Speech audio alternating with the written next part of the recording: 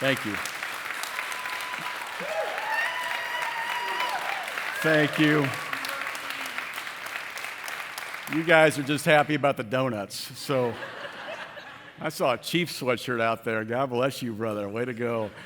Oh, my goodness. Where did my hair go? I mean, some of those earlier clips, I actually had a lot of hair. Unbelievable. It has been, man, it's been a wild ride. 20 years. I just can't believe it. And I'm just so honored to be your pastor. I mean, I have friends that they stay someplace 4 years, 6 years, 7 years and move, and they have no idea the joy of being with a group of people like you and what we've been able to do in this community and around the world. It has been such a joy, such a gift for me and for my entire family. So thank you. So now I get to teach after that. So I'm just so blessed and blown away. So thank you so much. Hey, we are in this series, and some of you are like, "It's my first weekend here. I have no idea who this guy is." That's cool. We're so glad that you are here. So glad you're watching online. Everybody inside and outside, and everybody over at Lancaster as well joining us. We've been in this series talking about anger. And, you know, what is it that's making us so angry? And I've loved hearing everybody's stories about the stupid things that they got mad about. I had a guy stop me last service or last weekend and talk about how he's on this food truck texting chain, and they let him know where the food truck will be, and he showed up one place and the truck wasn't there, and he was so angry because he was kind of banking his whole day on that food truck experience. And I totally get it. And I found some pictures online of some people that they got upset when things didn't work out their way. A couple of these are from the Office, when things don't happen well. I thought you might enjoy these. Here's the first one. I don't know your name, but you've been seen stealing my butter. Put it back in the fridge or I will lick everything. That's pretty good. This couple apparently wanted to get some food at a diner. We waited 30 minutes, no service, and then used the ketchup and mustard to leave a message. If you don't replace the toilet paper rolls, the terrorists win. Do you hate America? So another, just a great example of what really sets us off, right? So we've all got something, right, that it just sends you from 0 to 100 like that. And you got your stories and I've got mine. And we've been talking about in this series that anger is really like a smoke detector. And it goes off, and when it does, it indicates there's a different problem. There's a different problem going on. And so the problem is there's smoke, there's a fire, there's an issue. And the same thing is true when it comes to anger. And when anger goes off, it indicates that there is usually one of three things: hurt, frustration, or fear. Hurt, frustration, or fear. And if you got angry about anything over the past week, odds are it's because of you were hurt, then you got angry, you got frustrated, then you got angry, or you were fearful and you got angry. And all of that usually has to do with we're hurt because of our feelings, we're frustrated because things aren't working out our way, or we're scared that our comfort will go into jeopardy. And so we get angry. And that's what the scriptures refer to as human anger. We get angry about the stuff that is really focused on us, and we usually react in a way that's not very God-honoring. That's why James, the half-brother of Jesus, says it this way: human anger does not produce the righteousness that God desires. God has a desire for your heart and for my heart and for our lives for us to look more and more like Jesus every single day. And some days we take a few steps forward, and some days we take a lot of steps back. But human anger is displayed in the way we just blow up and we lose it, or we get passive aggressive, or we shut down and we give the cold shoulder. It's not good for your soul, and it's not good for the people around you and the people that you love, and it creates barriers between you and them, and it hurts your relationships. And so last week we talked about how even though now we know the root of our anger, sometimes the person we're most angry with is ourselves. We're upset at the things that we have done and the things that we've let bother us and the things that we continue to carry around. I had one woman in our church email me this week, and she said, we've talked about anger in the past, and I've done a lot of work on it, and I've realized that for years, anger always had a seat at the table and even stayed in the spare room. But now it just stops by every now and then. And so what she's saying is, I'm making progress on this. It's usually not just an instantaneous thing. It's something what we keep getting better at and better at as we learn how to manage and not just count to 10, but learn to deal with what the problem is and how to fix it. And so the thing we're going to talk about today is a version of anger or an anger issue that all of us have had at some point in our lives. And let me give you a few indicators as to when this has happened. It happens on a Mother's Day. When some of you moms are scrolling through Instagram and you see the posts that people have made about their mother, and you are so bitter because your kids didn't make that post about you. Okay? And you start showing it to your family. Oh, looks like she got breakfast in bed. Okay? Oh, look at this. It's a whole poem about her. Fantastic. Oh, it's an ode to mom. I didn't get anything. You know, you just begin to kind of get frustrated with your family over this. It might be the moment your neighbor rolls up with a brand new car and you're still driving the car like with duct tape on it, you know? And you're just kind of bitter about it. Or the time that you hear about your brother's promotion and he's telling about this to you about it over and over again, and you're just wishing he'd shut up or get fired, one of the two, right? And you're mad at them, but really the person you're mad at is God. Now, you wouldn't admit that. You think people that get mad at God are just mad because they prayed for a new job and they got fired. Or they prayed for their dad to be healed and he still died. Or they prayed to have a baby and they still suffer miscarriages. And the deep pain that some of us walk through, all of us walk through at some in our life, and we begin to cry out to God and we're mad at God. But that's not the only people that get mad at God. You and I get mad at God and we don't even know it when we're jealous of other people. We're jealous of our friends. We're jealous of our neighbors. We're jealous of our coworkers. We're even jealous of our spouse.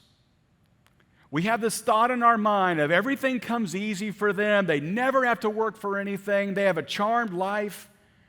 But think about it. Who gave them those opportunities? Who gave them those looks? Who gave them that talent? Who gave them that platform? Who gave them the right for that education? Deep down, we're really mad at the one who gave those opportunities to them. We're not just jealous of a person, we're actually mad at God. Now, maybe you came in here today and you thought, you're not angry at God, but the more we talk about it, the more you begin to think I probably do have a problem with God. It's one thing if you're angry at somebody in traffic. It's another thing if you're angry at somebody, who hasn't replaced the toilet paper, or if you're angry at somebody at work. But when you're angry at people in your life because of the opportunities and stuff that they have that you don't, you may think it's just petty jealousy, but at the root of it, you're angry at the one who blessed them with that. You and I get angry with God. In fact, James has more to say about this. Take a look at this passage. What causes these fights and quarrels among you? Don't they come from your desires that battle within you? You desire, but you do not have, so you kill. And you covet, but you cannot get what you want, so you quarrel and fight. You do not have because you do not ask God. James says, you think your problem is with other people, but it's actually with God. And so he says, I want you to talk to God about it. Now, we tend to say, that's my problem. I did talk to God about it, and I didn't get a promotion. They did. We didn't end up having a baby. They did. I didn't get a brand new car. I didn't get to that opportunity. They did. And here's what happens when we get mad at God. Here's the way to know if you are currently mad at God and you didn't even know it. Here's the first way. You stop talking to God. Haven't we reached that point in our life where there's moments where we just are so upset that God hasn't given us what we want, what we assume other people are getting, and so we just stop talking to God altogether? What's the point? Why even pray? Or maybe we stop talking about God. You used to have stories about what God was doing in your life, and you used to talk to your kids about it or your spouse about it, and now you're just so done with it. You're just kind of here logging time, hoping maybe God will look favorably upon you, but really you don't believe he's going to do anything in your life, and so you don't talk about God very much. And then the final step is you just give up on God. If it's not going to happen, then why bother? I mean, the fancy word for this is you begin to deconstruct your faith because you had a faith in a God that would give you stuff, and when he didn't, then you thought the God didn't exist. But the reality is you just didn't get what you want, and we're mad at God. And some of us are mad at God today. You think the problem is with your dad. You think the problem is with your ex. You think your problem is with your boss, but the reality is you are mad at God because somebody else got something and you didn't. And can I tell you, I've been there. I want to show you these two individuals that were close to Jesus. And you would think these guys, being disciples, being close to Jesus in the inner circle, would have no sin issues in their life. But what we begin to see is these two guys, I don't think they really liked each other because they were constantly competing against each other for Jesus' time and attention. In fact, as we read through the Gospels, we begin to figure out that they were always arguing about who gets to sit next to Jesus. Who's going to be the greatest in his kingdom? Who's going to be his vice president, so to speak? And so you'd see these moments when they're arguing about, who's going to be able to sit at your right, who's going to be able to sit at your left. And the two people that are involved in this constant kind of dialogue are John the apostle and Peter the apostle. And we learn about this in all the Gospels, but specifically in John's Gospel, because when John writes his Gospel, he's still taking shots at Peter. It's hilarious. Jesus has died, come back from the dead, forgiven us all of our sin, and John's still got a little bit of an axe to grind with Peter as he's writing out this Gospel. And he's letting us know something about himself. John refers to himself in the third person. Do you like people who refer to themselves in the third person? You think, what, is there somebody else here with the same name? What are we talking about here? John refers to himself in the third person, and he refers to himself as the one Jesus loved. He's just putting it out there. Peter, hope you get a copy of this, but I was the favorite, all right? I'm the one Jesus loved. I mean, this is funny to me, much like Moses wrote this phrase in the Old Testament, there was no one more humble than Moses. Moses wrote that. Okay, that's funny. I don't care who you are, all right? So John is writing this gospel. He's telling us what's going on with Jesus, but he's also showing us this little kind of competition with Peter. And I think they struggled with this. I think they struggled with a little bit of jealousy.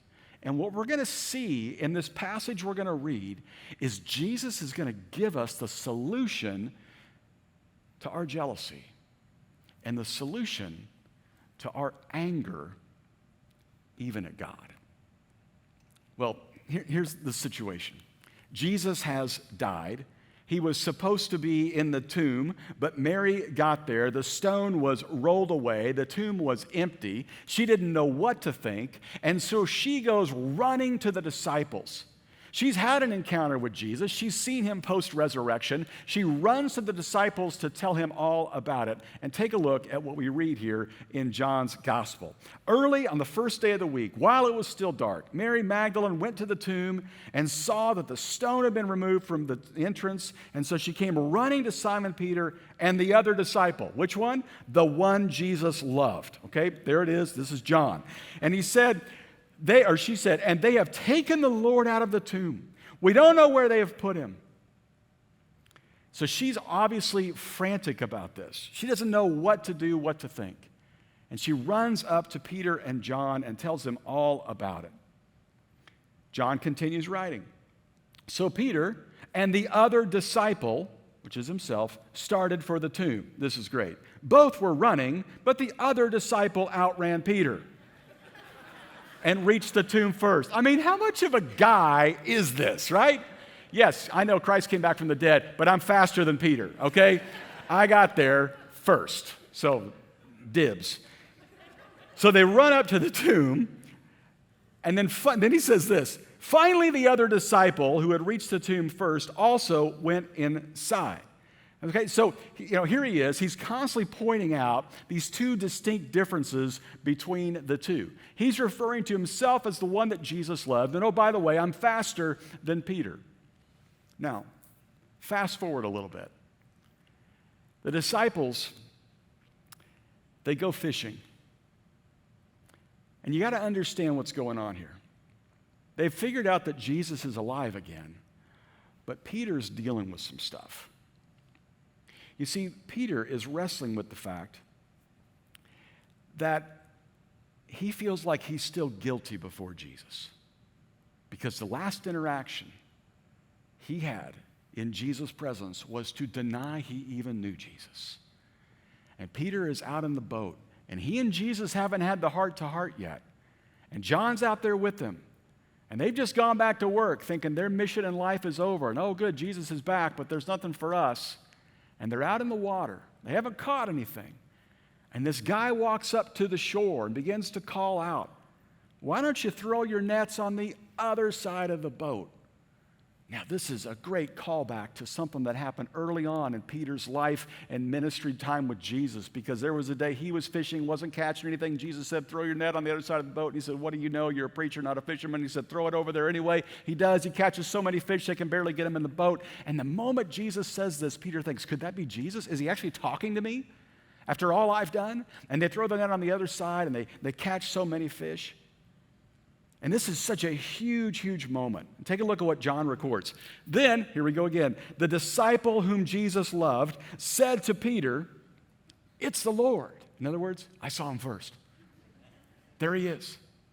And as soon as Simon Peter heard this, "It's the Lord," he wrapped his outer garment around him, for he'd taken it off, and he jumped into the water. I believe this is John's kind of way of saying he's so undignified. He jumps in the water. Okay, yeah, maybe he's faster than me in water, but I can still outrun him, right? And Peter swims to shore to see Jesus. Now, what happens next is where the power of the story is. Because Peter, just several days ago, had denied even knowing Jesus 3 times. 3 times he said, "I don't even know the guy. I promise I was never with him." And the 3rd time he begins to swear, emphasizing he never knew Jesus. And then that rooster crows, and it reminds Peter, oh, Jesus predicted this. And he looks across the courtyard, across the fire out there, and he sees Jesus, who's been arrested. And they lock eyes. And Peter's still living with that guilt. What am I going to do with this? 3 different times, Peter denied Jesus.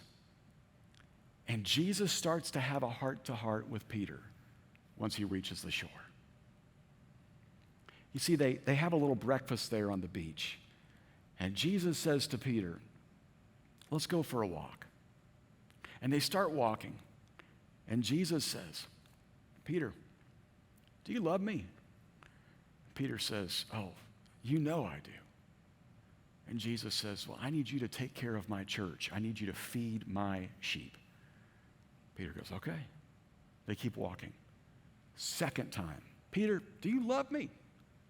"Yeah, of course I do." "I need you to feed my sheep." "Okay, yeah, absolutely." 3rd time, "Peter, do you love me?" And now Peter begins to figure it out. Once for every denial. Jesus reopened the wound in order to heal it. And he says, "Feed my sheep." And here's what's powerful about this. Peter was the guy that Jesus said, everything's going to hinge from you. You're going to start this church movement by the message you share and by the words that you say. And Peter thought he was done. And now Jesus has just reinstated him with a new mission in life. He's been forgiven and ready to go. And in the middle of this incredible encounter with Jesus, here's what John tells us happens. Peter turned and saw that, who is it? The disciple whom Jesus loved was following them. In other words, John can't stay away. What's Peter hearing that Jesus is saying that John's thinking, I want to be in on this? And he's lurking around behind, and Peter's getting this, kind of this gentle kind of scolding and yet reinstatement. And now he is all in, and John's there. And guess what Peter says? Not, thank you, Lord. Not, I'm so glad. But rather, when Peter saw him, he asked, Lord, what about him? Is that not great? What about that guy? In other words, I got a promotion, but is he going to get a better one? I got a company car. Is he going to get a company jet? I got this acknowledgement from you. Is he going to get a better one? And I got to be honest with you, I am so much like this, aren't you? You feel pretty good till you see somebody else has something better, and then you begin to cry out at God. Why them? Why not me? And Peter wants to know, what about him? And this is what Jesus says that's just so incredibly powerful. Jesus answered, if I want him to remain alive until I return, what is that to you? You follow me. If I want him to be around till I come back, what is that to you? As for you, you just follow me. You just feed my sheep. I got another job for him, and it doesn't concern you. You just feed my sheep. This is what I want you to do. Don't get so frustrated about what other people are doing or are not doing. I don't compare you to them. I only compare you to what I've called you to do. And I got to be honest with you, this is something I've struggled with my whole life. I think about when I first got here 20 years ago. You see, I didn't start Real Life Church. A guy by the name of Kyle Idleman started Real Life. And he was here for about 2 years, and then he felt God had called him to go somewhere else, and I came in about 9 months later. But people were kind enough to say, yeah, you're not as good as Kyle. Well, thank you. I appreciate that. I knew that, but thank you. Kyle was incredibly talented, an incredible teacher, a great gifted speaker, and also really, really good looking. And people would say to me, yeah, you're not as good looking as Kyle. I thought, what is it with you Californians? My goodness. I didn't think I had to get plastic surgery when I rolled out here, but maybe I do. That's a big deal to you all. And the comments kept coming, and then it seemed like Kyle would release a book and it'd be a bestseller. Kyle would preach a message, and all my friends would talk. Have you heard Kyle's message? Oh, you got to watch this YouTube video. Oh, he's incredible. Kyle. Everybody's talking about Kyle. And everything in me is like, well, Jesus, why are you blessing Kyle? He left this place. I came here, and all they're talking about is Kyle. So, 10 years go by of this, and I've reached this breaking point in my ministry, okay? And it wasn't just because of Kyle, but, I'd heard his name enough to, kind of cringe every time I heard it. And I go away to this place that offers a week-long counseling intensive for a husband and wife that are in ministry, and Lori and I roll up there in this place in Colorado. And there's like 6 other couples there, and we're all there just constantly weeping, and, oh, it's so hard. I know it's so hard, And so we'll each go to counseling on our own, and we'll come out and we'll have dinner together at the end of the day. And we're sitting there at the dinner table, and there's this couple across from us. We're getting to know each other. They're from Minnesota. And we're just talking. He goes, now, where are you from? And I said, well, we're at a church in Valencia, California. And he goes, is that near Kyle Idleman's church? I said, this is unbelievable. I can't get away from this guy. This is why I'm here, is because of Kyle Idleman, right? So I just felt like in that moment, I just felt like God was saying to me, what is that to you? What is it to you if every book Kyle releases is a bestseller? What is it to you if his church explodes with growth? What is it to you if he's incredibly attractive? What is it to you if everybody knows his name but they don't know yours? What is it to you? And so I learned that the quicker I became able to just stopped that nonsense, the better off I became. So I decided to start buying every one of Kyle's books. And I'd read it, and I'd send him a text and say, "It's a great one, buddy. Even better than the last." And I found that it would be helpful for me to have him out to teach. And so I did. Last summer, he came out to teach, and it was awesome. And a few months ago, we were looking at all the data of our website, and somebody pointed out to me that the number one downloaded message of the last year was Kyle's message. Thank you all, okay? Yeah. Taking my donuts and going home. But you know what? It was really just kind of this, I was able to laugh about it because it's, what is that to you? And what I've learned is this jealousy, this anger against God for not giving me a different person's blessing. Comparing ourselves to others only leaves us angry at them and at God. So I want to give you two things that have helped me, and I pray it will help you as well. The first one is this, sounds simple and trite and like a children's rhyme, but it's true. Count your blessings. I know it sounds simplistic, but I mean, you think about it. As much as you are jealous of somebody else, someone else is jealous of you.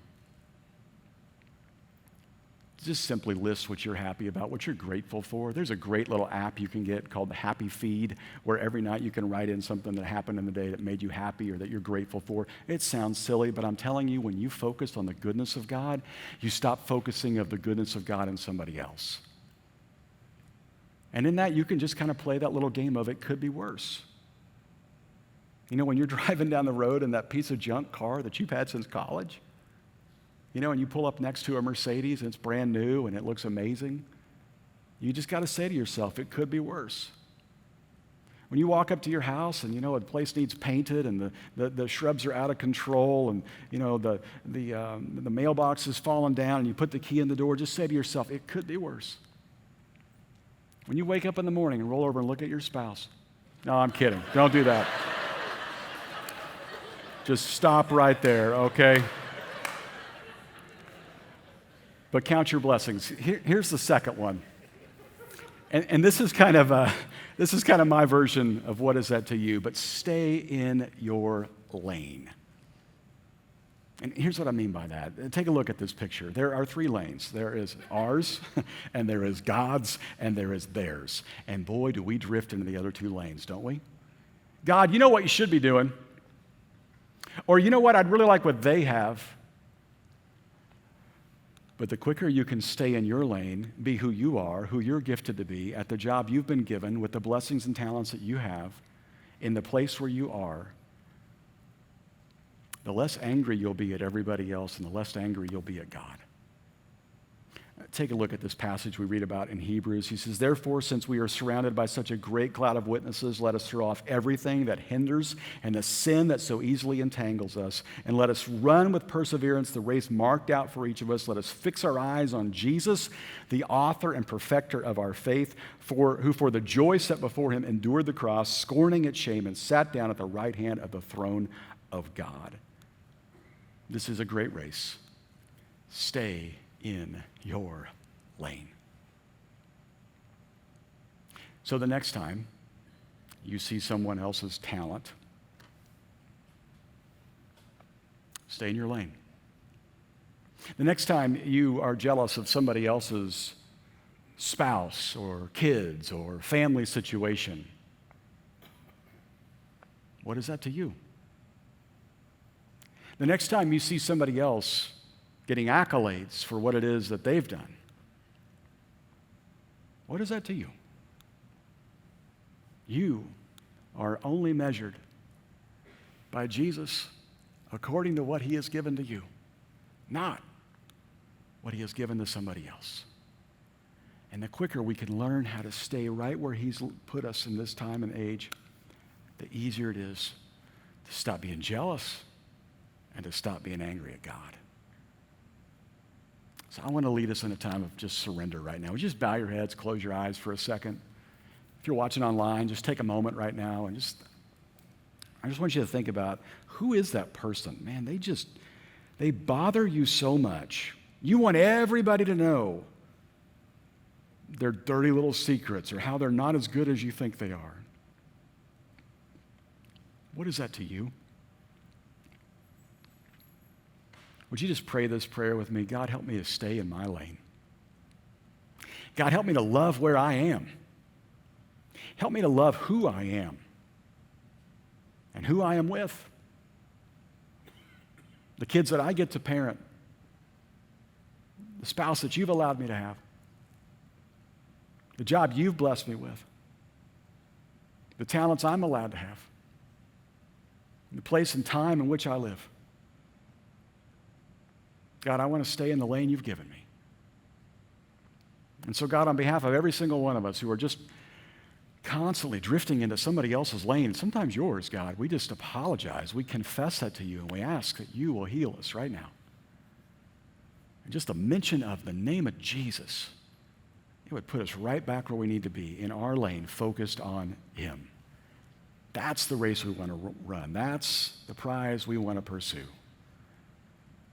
So, God, thank you that we have something worth running towards, and that is Jesus. And we pray all of this in his name. Amen.